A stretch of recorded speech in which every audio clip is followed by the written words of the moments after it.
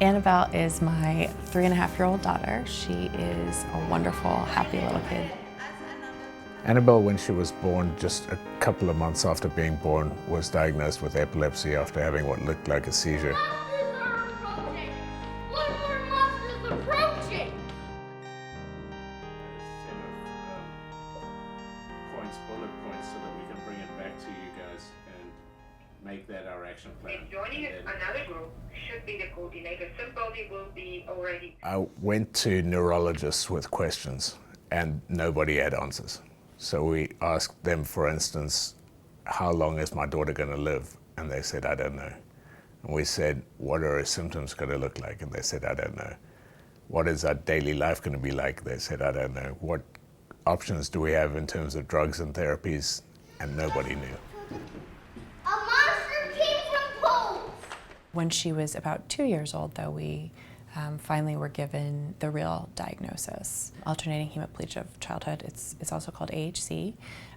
It's this devastating neurological condition that combines symptoms of many of the other neurological diseases that people are familiar with, like epilepsy, like cerebral palsy, like stroke. We've been kind of just waiting for you anyway.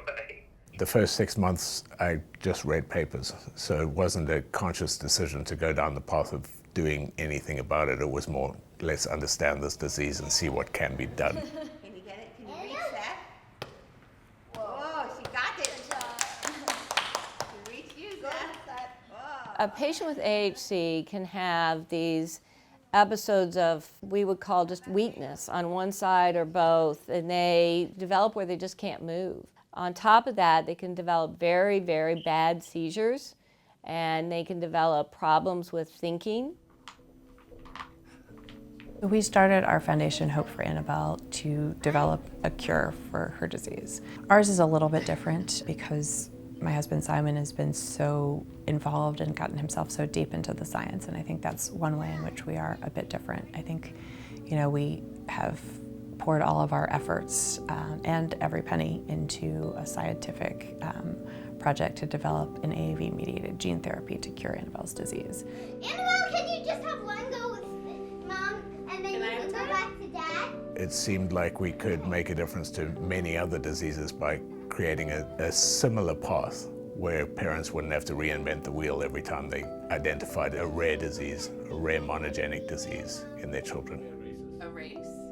Pivotal discoveries in neurosciences over the last several years have been in rare diseases. Understanding that rare disease allows you to take that treatment and expand it to a broader population who maybe don't have that rare disease but could benefit from impacting that particular area of the brain.